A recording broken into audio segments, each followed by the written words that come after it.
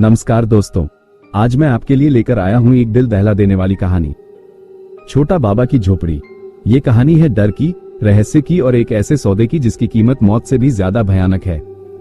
तो चलिए सुनते हैं ये रोंगटे खड़े कर देने वाली कहानी। उत्तर भारत के शांत और साधारण से गांव पलियाखेड़ा में, जहां सूरज की पहली किरणें मंदिर की घंटियों की मधुर ध्वनि और दूर खेतों से आती बैलों की रंभाने की आवाज के साथ दिन की शुरुआत करती थी, एक अजीब सा डर हर सुबह की इस शांति पर एक काली छाया की तरह मंडराता रहता था। ये डर गांव के बाहरी इलाके में बंजर और वीरान खेतों के बीच खड़ी एक जर्जर और टूटी फूटी झोपड़ी से आता था। छोटा बाबा की झोपड़ी। गांव के लोगों के दिलों में इस झोपड़ी की कहानियां सदियों से दबी हुई थी। ये कहानियां पीढ़ी दर पीढ़ी चली आ रही थी। हर बुजुर्ग अपनी आने वाली पीढ़ी को उस झोपड़ी के बारे में बताता था। उनकी आवाज में एक अजीब सा खौफ और रहस्य का मिश्रण होता था। बुजुर्गों के बीच यह मान्यता गहरे तक बैठी हुई थी कि उस झोपड़ी में कुछ तो असामान्य है। जो कोई भी छोटा बाबा से कुछ मांगता है उसे वो जरूर देता है, लेकिन बदले में वो कुछ ऐसा लेता है जिसकी कीमत बहुत भारी होती है। कहानियां सच लगती थी। गांव में ऐसे कई उदाहरण थे जो इस बात को सच साबित करते थे। किसी ने अपनी पढ़ाई में सफलता की मन्नत मांगी थी और वो पूरे क्षेत्र में टॉप कर आया था। किसी की बीमार मां की जान चमत्कारिक रूप से बच गई थी। किसी बेरोजगार को अचानक एक अच्छी नौकरी मिल गई थी। लेकिन हर मन्नत के कुछ ही हफ्तों बाद गांव में कुछ न कुछ भयानक और अजीब जरूर घटता था। कभी किसी की आंख की रोशनी चली जाती थी, कभी कोई अचानक गूंगा हो जाता था, तो कभी किसी के घर में रहस्यमय तरीके से आग लग जाती थी। ये घटनाएं इतनी अप्रत्याशित और भयावह होती थी कि गांव वालों ने धीरे धीरे यह मान लिया था कि छोटा बाबा की मन्नतें कभी अकेली नहीं आती। उनके साथ एक भयानक कीमत जुड़ी होती है। इसलिए उन्होंने एक नियम बना लिया था, मांगो मत, जो भी दुख है उसे सह लो। इन सब कहानियों से अनजान लखनऊ शहर का एक 22 साल का युवक विवेक अपनी जिंदगी की मुश्किलों से जूझ रहा था। बेरोजगारी ने उसे अंदर से तोड़ दिया था। घर पर छोटा भाई गंभीर रूप से बीमार था, मां कैंसर जैसी जानलेवा बीमारी से लड़ रही थी और घर पर कर्ज का बोझ लगातार बढ़ता जा रहा था। विवेक हर पल निराशा के गहरे सागर में डूबता जा रहा था। एक दिन जब विवेक अपनी किस्मत पर रो रहा था, उसके बचपन का दोस्त निशांत उससे मिलने आया। निशांत ने उसे पलियाखेड़ा के बारे में बताया। उसकी आवाज में एक अजीब सा रहस्य था। निशांत बोला, भाई, पलियाखेड़ा सुना है? वहां एक झोपड़ी है। लोग कहते हैं जो मांगो मिलता है, बस कुछ कीमत चुकानी पड़ती है। विवेक, जो पहले से ही निराशा की गहराइयों में था, निशांत की बात सुनकर पहले तो हंसा, लेकिन फिर उसकी आंखों में एक उम्मीद की किरण दिखाई दी। विवेक हंसते हुए, भाई, कीमत तो हर जगह लगती है, चलो देखते हैं। वैसे भी खोने को क्या बचा है? उस रात विवेक ने पलियाखेड़ा जाने का फैसला कर लिया। उसके मन में डर तो था, लेकिन अपने परिवार को बचाने की चाहत उस डर से कहीं ज्यादा बड़ी थी। अगली सुबह विवेक ने लखनऊ से पलियाखेड़ा के लिए पहली ट्रेन पकड़ी। ट्रेन की खिड़की से बाहर देखते हुए उसके मन में कई तरह के विचार आ रहे थे। क्या ये सच में काम करेगा? क्या वो उस कीमत को चुका पाएगा जिसकी बात निशांत कर रहा था? जब वो पलियाखेड़ा पहुंचा तो गांव बिल्कुल शांत था, जैसे किसी गहरी नींद में सोया हुआ हो। लेकिन गांव के लोगों की आंखें अजीब थी। वे हर अजनबी को शक और अविश्वास की नजरों से देख रहे थे। विवेक को ऐसा लग रहा था जैसे वह किसी और दुनिया में आ गया हो। उसने एक बूढ़े चाय वाले को देखा जो गांव के चौराहे पर एक छोटी सी दुकान चला रहा था। उसकी झुर्रियों भरी चेहरे पर बरसों का अनुभव और एक अजीब सी उदासी झलक रही थी। विवेक हिम्मत करके उसके पास गया और पूछा, अंकल, छोटा बाबा की झोपड़ी कहाँ है? बूढ़े चाय वाले ने एक पल के लिए अपनी आंखें सिकोड़कर उसे घूरा, जैसे वो उसे अंदर तक पढ़ लेना चाहता हो। फिर अपनी धीमी और कांपती हुई आवाज में कहा, तू शहर वाला है, क्यों ढूंढ रहा है मौत को?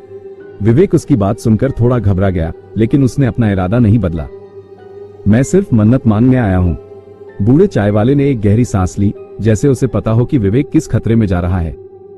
उसने धीरे से कहा, मांग तो ले बेटा, पर जब वो लेने आएगा तो वो तुझसे सब छीन लेगा।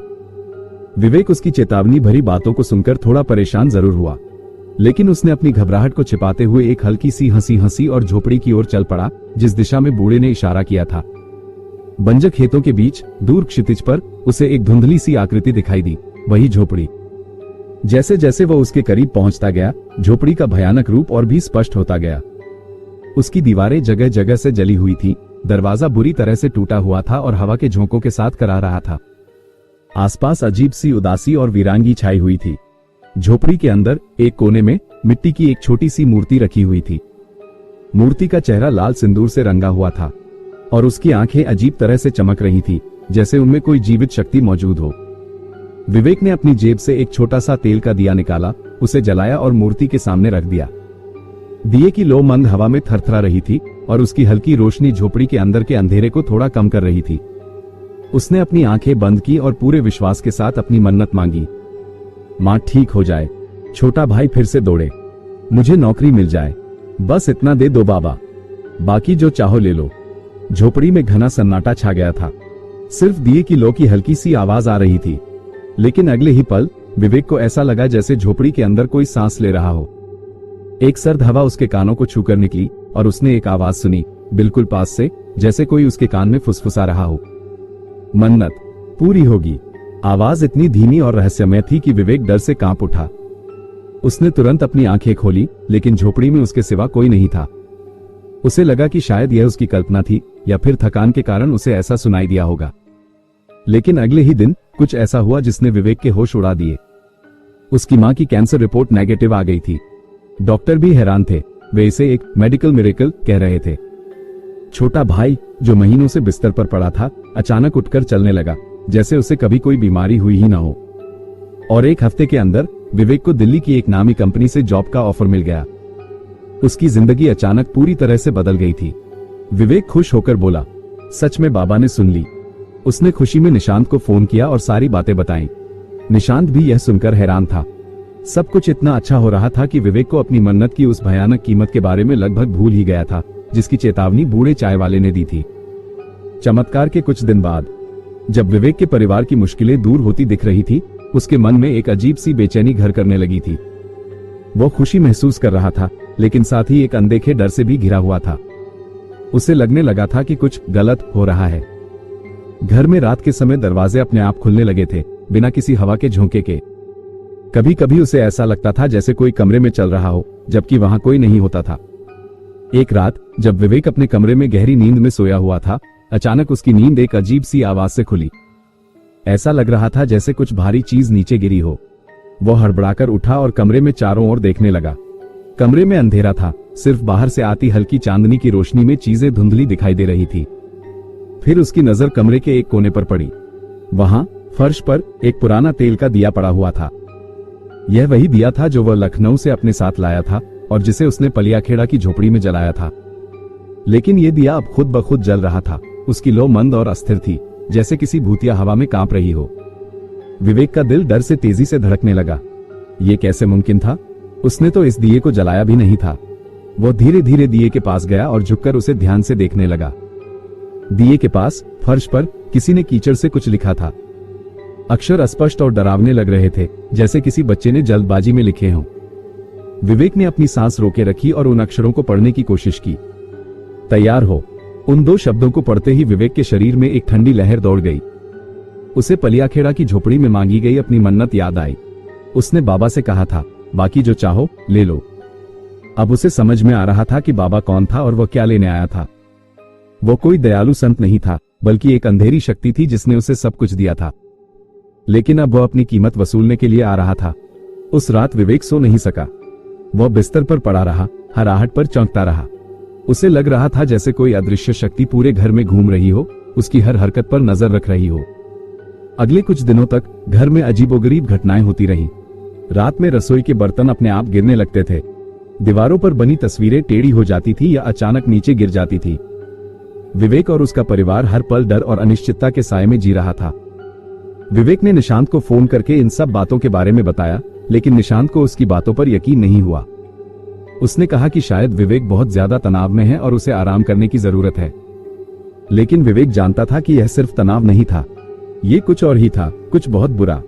एक शाम जब विवेक ऑफिस से घर लौटा तो उसने देखा कि घर का मुख्य दरवाजा थोड़ा सा खुला हुआ है।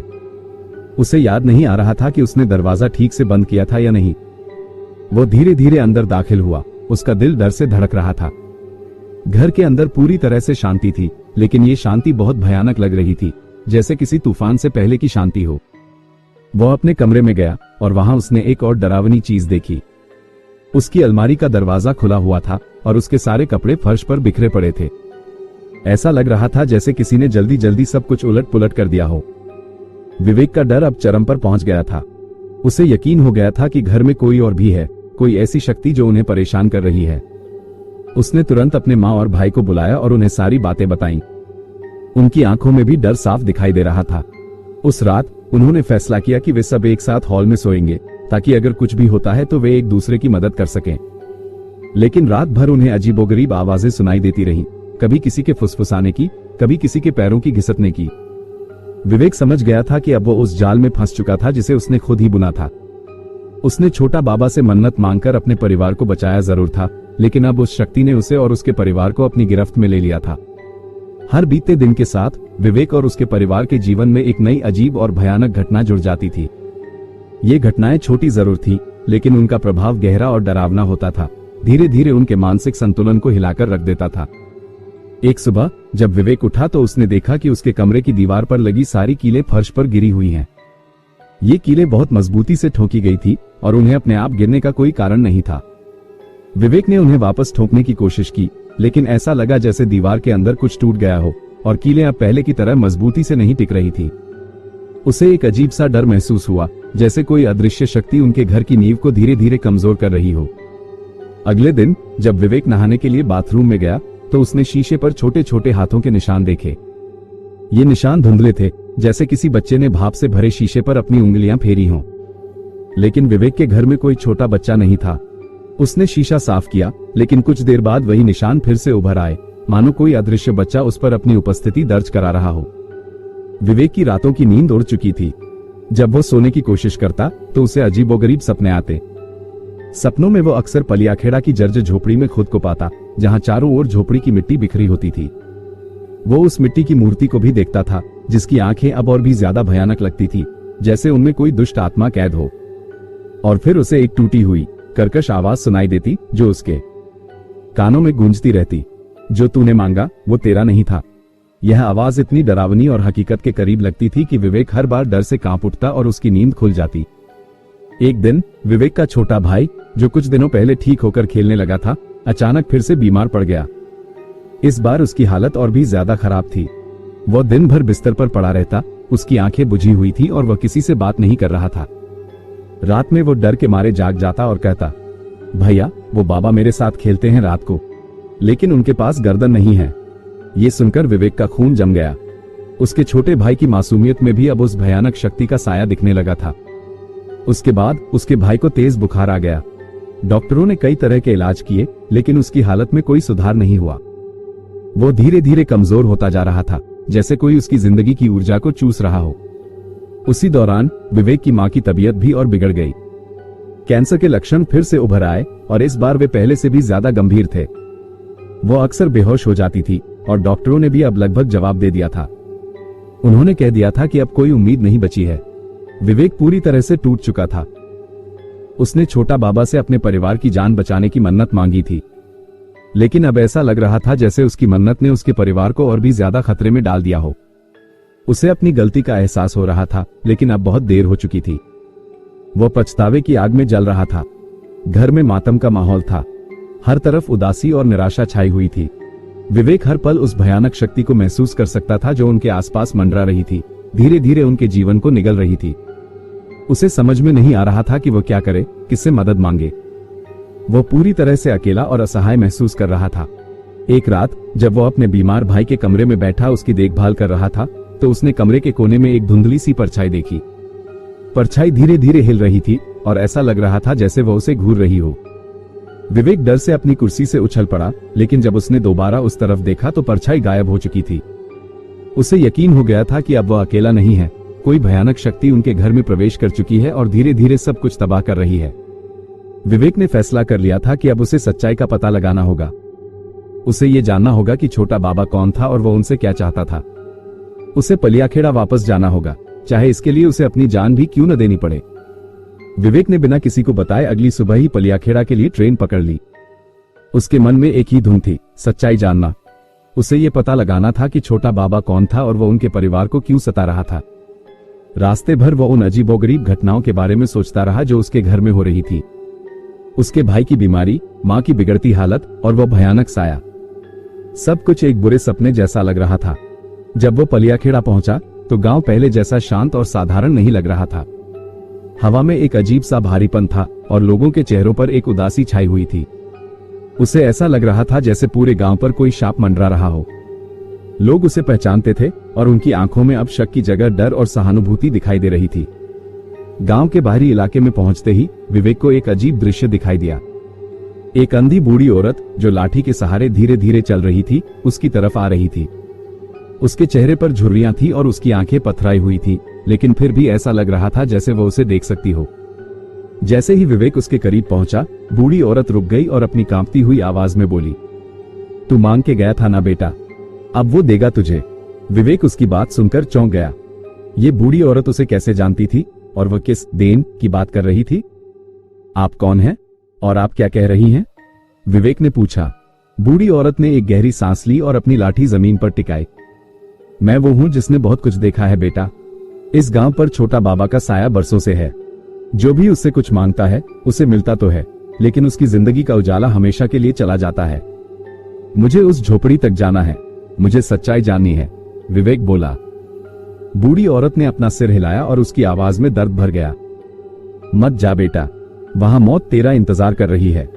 जिसने भी उस झोपड़ी में दोबारा कदम रखा है वो कभी वापस नहीं आया। लेकिन विवेक अपनी बात पर अड़ा रहा। उसे अपने परिवार को बचाना था और इसके लिए उसे हर खतरे का सामना करना मंजूर था। उसने बूढ़ी औरत को धन्यवाद दिया और झोपड़ी की ओर चल पड़ा। झोपड़ी पहले से भी ज्यादा जर्जर और भयानक लग रही थी। जली हुई दीवारें और टूटा हुआ दरवाजा और भी ज्यादा डरावने लग रहे थे। अंदर का अंधेरा और भी गहरा और भयावह लग रहा था। विवेक हिम्मत करके अंदर घुसा। अंदर का दृश्य देखकर उसके पैरों तले जमीन खिसक गई। मिट्टी की मूर्ति जिसे उसने पहले देखा था अब वहां नहीं थी। उसकी जगह कोने में मिट्टी में आधा धंसा हुआ एक कंकाल पड़ा हुआ था। कंकाल पुराना और सूखा हुआ लग रहा था, लेकिन उसकी आंखों के गड्ढों से खून टपक रहा था। ये दृश्य इतना भयानक था कि विवेक को लगा जैसे उसका दिल फट जाएगा। उसी पल झोपड़ी के टूटे हुए दरवाजे से गांव का पुराना पुजारी अंदर आया। वह भी बूढ़ा और कमजोर हो चुका था, लेकिन उसकी आंखों में एक अजीब सी चमक थी, जैसे वह किसी गहरे रहस्य को जानता हो। पुजारी ने विवेक को देखा और उसकी आंखों में दुख और पश्चाताप का भाव आ गया। तू आ गया बेटा, मुझे पता था तू जरूर आएगा। विवेक डर और हैरान होते हुए बोला, आप कौन हो? ये सब क्या है? ये कंकाल किसका है? और छोटा बाबा, वो कौन था? पुजारी ने एक गहरी सांस ली और अपनी कहानी सुनानी शुरू की। छोटा बाबा कभी कोई संत नहीं था, वो एक भूखा और दुष्ट तांत्रिक था जो बरसों पहले इस गांव में आया था। वो लोगों को अपने झूठे वादों से फंसाकर मार देता था। वो कहता था कि वो उनकी इच्छाएं पूरी कर सकता है, लेकिन बदले में वो उनकी जिंदगी और उनकी आत्मा को छीन लेता था। गांव वालों को जब उसकी सच्चाई पता चली तो उन्होंने गुस्से में उसे जिंदा जला दिया, लेकिन उसकी दुष्ट आत्मा उसी झोपड़ी में रह गई। अब जो भी उससे कुछ मांगता है वो उसे देता तो है, लेकिन बदले में उसकी आत्मा ले लेता है। पुजारी ने उस कंकाल की ओर इशारा किया। ये कंकाल उसी दुष्ट तांत्रिक का है।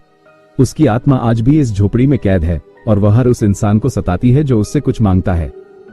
विवेक को अब सब कुछ समझ में आ गया था। वो जिस शक्ति से मदद मांगने गया था वो दरअसल एक भयानक शैतानी शक्ति थी। उसने अनजाने में अपने और अपने परिवार को खतरे में डाल दिया था। विवेक की आंखों में आंसू आ गए। तो अब मैं क्या करूं? मैं अपने परिवार को कैसे बचाऊं? पंडित जी, पुजारी ने विवेक के कंधे पर हाथ रखा। अब सिर्फ एक ही तरीका है बेटा, तुम्हें अपनी आत्मा को उस दुष्ट शक्ति को सौंपना होगा, तब वो तुम्हारे परिवार को छोड़ देगा। विवेक उस जर्जर झोपड़ी में अकेला खड़ा था। उसका मन भयानक विचारों से भरा हुआ था। पुजारी की बातों ने उसे अंदर तक हिला दिया था। उसे अब पता चल चुका था कि वह किस खतरनाक शक्ति के साथ सौदा कर बैठा था। उसके पास अब सिर्फ एक ही विकल्प बचा था, अपनी आत्मा को उस दुष्ट शक्ति को सौंप देना या फिर अपने परिवार को हमेशा के लिए खो देना। बाहर अंधेरा गहराता जा रहा था और झोपड़ी के अंदर का सन्नाटा और भी ज्यादा भयानक लग रहा था। विवेक ने अपनी जेब से आखिरी बार वो छोटा सा तेल का दिया निकाला जिसे उसने पहली बार मन्नत मांगते वक्त जलाया था। उसकी लौ मंद और कांपती हुई थी, जैसे इस अंधेरी रात में वह भी डर रही हो। उसने दिए को उस जगह पर रख दिया जहां पहले मिट्टी की मूर्ति रखी थी और फिर उस दिशा में मुड़कर खड़ा हो गया जहां उसने कंकाल देखा था। उसकी आवाज में दर्द और दृढ़ संकल्प का मिश्रण था। विवेक, तभी वह गहरी सांस लेते हुए बोला, मैं आया हूं, जो तू लेना चाहता है ले ले, पर मेरे अपनों को छोड़ दे। उसकी आवाज झोपड़ी के सन्नाटे में गूंज उठी। कुछ पल के लिए सब शांत रहा, सिर्फ दिए की लौ की हल्की सी आवाज सुनाई दे रही थी। लेकिन फिर अचानक झोपड़ी के चारों ओर तेज आंधी चलने लगी। हवा के झोंके इतने जोरदार थे कि झोपड़ी की टूटी हुई दीवारें कांपने लगी और दरवाजा बुरी तरह से हिलने लगा। ऐसा लग रहा था जैसे कोई अदृश्य शक्ति झोपड़ी को अपनी पकड़ में ले रही हो। झोपड़ी के अंदर का अंधेरा और भी घना हो गया, सिर्फ दिए की टिमटिमाती लो ही थोड़ी सी रोशनी दे रही थी। और फिर उस जगह पर जहां पहले कंकाल पड़ा था, एक धुंधला गर्दनहीन साया खड़ा हो गया।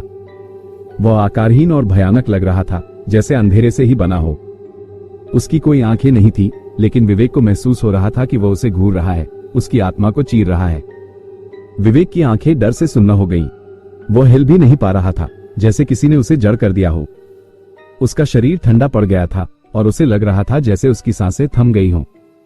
फिर उस धुंधले साए से एक टूटी फूटी कर्कश आवाज आई, जो उसके कानों में गूंज उठी, उसकी हड्डियों तक को कंपा गई। तेरा सौदा मंजूर, अब तू रहेगा, मैं जाऊंगा। आवाज सुनकर ऐसा लगा जैसे झोपड़ी के ऊपर से कोई भयानक बोझ हट गया हो। आंधी धीरे धीरे शांत हो गई और झोपड़ी में फिर से सन्नाटा छा गया। वो धुंधला साया भी धीरे धीरे गायब हो गया, जैसे अंधेरे में विलीन हो गया हो। विवेक वहीं फर्श पर गिर पड़ा, उसका शरीर पसीने से तर था। उसे लग रहा था जैसे उसने मौत को बहुत करीब से देखा हो। वो कुछ देर तक वहीं पड़ा रहा, अपनी सांसों को सामान्य करने की कोशिश करता रहा। अगली सुबह जब सूरज निकला तो पलियाखेड़ा में सब कुछ शांत था, जैसे पिछली रात कुछ हुआ ही न हो। उसी सुबह लखनऊ में विवेक के माँ और भाई की तबीयत अचानक ठीक हो गई। माँ का कैंसर पूरी तरह से गायब हो गया था और उसका भाई फिर से दौड़ने और खेलने लगा था, जैसे उसे कभी कोई बीमारी हुई ही न हो। घर का सारा कर्ज भी अचानक उतर गया, जैसे किसी ने चुपचाप सब कुछ चुका दिया हो। लेकिन विवेक लापता हो गया। उसके परिवार ने उसे हर जगह ढूंढा, लेकिन उसका कोई पता नहीं चला। उसका फोन बंद था और उसके दोस्तों ने भी उसे नहीं देखा था। वे समझ नहीं पा रहे थे कि अचानक वह कहां चला गया।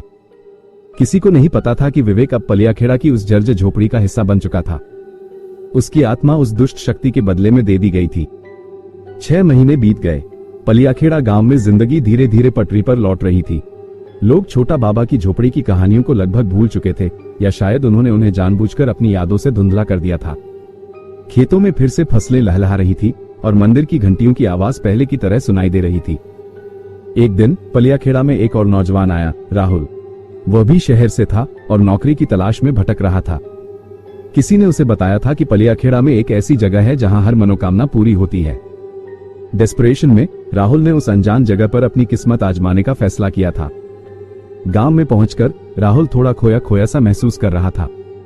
वो एक चाय की दुकान पर बैठा, जो गांव के चौराहे पर वही बूढ़ा चाय वाला चला रहा था जिसे विवेक ने महीनों पहले देखा था। बूढ़े की झुर्रियों भरी आंखों में आज भी वही उदासी और चेतावनी का भाव था। राहुल ने चाय का ऑर्डर दिया और फिर बूढ़े से पूछा, बाबा, क्या आपने सुना है कि यहाँ कोई छोटा बाबा रहते हैं, जिनकी एक झोपड़ी है? लोग कहते हैं कि वह सब कुछ देते हैं जो मांगो। बूढ़ा चाय वाला कुछ देर तक चुप रहा, अपनी चाय की केतली को ध्यान से देखता रहा। फिर उसने धीरे से कहा, उसकी आवाज में एक गहरा दर्द छुपा हुआ था। हाँ बेटा, सुना है, लोग ऐसी बातें करते हैं। और क्या ये सच है? क्या वो सच में सब कुछ देते हैं? राहुल बोला। बूढ़े ने राहुल की आंखों में देखा, जैसे उसे उस नौजवान की डेस्परेशन का अंदाजा हो। देता है बेटा, लेकिन पहले देख लेना उसके बदले क्या चला जाएगा। राहुल बूढ़े की बातों को पूरी तरह से समझ नहीं पाया, लेकिन उसकी आवाज में एक चेतावनी जरूर महसूस हुई। उसने बूढ़े को धन्यवाद दिया और अपनी चाय पीने लगा। तभी उसकी नजर गांव के बाहरी इलाके की ओर गई। दूर बंजर खेतों के बीच उसे एक टूटी फूटी झोपड़ी दिखाई दी। झोपड़ी के पास एक अनजान आदमी बैठा हुआ था और वह मिट्टी के छोटे छोटे दिए जला रहा था। दियों की मंद रोशनी अंधेरे में टिमटिमा रही थी। राहुल को उस आदमी के बारे में कुछ अजीब लगा। वह अकेला बैठा हुआ था और उसके चेहरे पर एक अजीब सी शांति और उदासी का मिश्रण था। राहुल को ऐसा लग रहा था जैसे वह आदमी किसी गहरे सोच में डूबा हुआ हो। वह अनजान आदमी कोई और नहीं, विवेक था। उसकी आंखें अब सुन्न थी, उनमें कोई चमक नहीं थी। वो उस झोपड़ी का हिस्सा बन चुका था, उस दुष्ट शक्ति का बंधुआ। हर रात जब अंधेरा छा जाता था, वो उस झोपड़ी में बैठकर दिए जलाता था, मानो किसी और के आने का इंतजार कर रहा हो, किसी और के जो अपनी डेस्परेशन में उस दुष्ट शक्ति से मदद मांगने आएगा। बूढ़ा चाय वाला राहुल को देखता रहा, उसकी आंखों में एक गहरी चिंता थी। वो जानता था कि यह सिलसिला कभी खत्म नहीं होगा। छोटा बाबा अभी भी वहां था, उस जर्जर झोपड़ी में, और वह हमेशा भूखा रहेगा, नई आत्माओं के लिए। राहुल ने अपनी चाय खत्म की और उस झोपड़ी की ओर देखने लगा, जहां वह अनजान आदमी बैठा दिए जला रहा था। उसके मन में एक अजीब सा डर और जिज्ञासा पैदा हो रही थी। क्या उसे भी उस झोपड़ी में जाना चाहिए?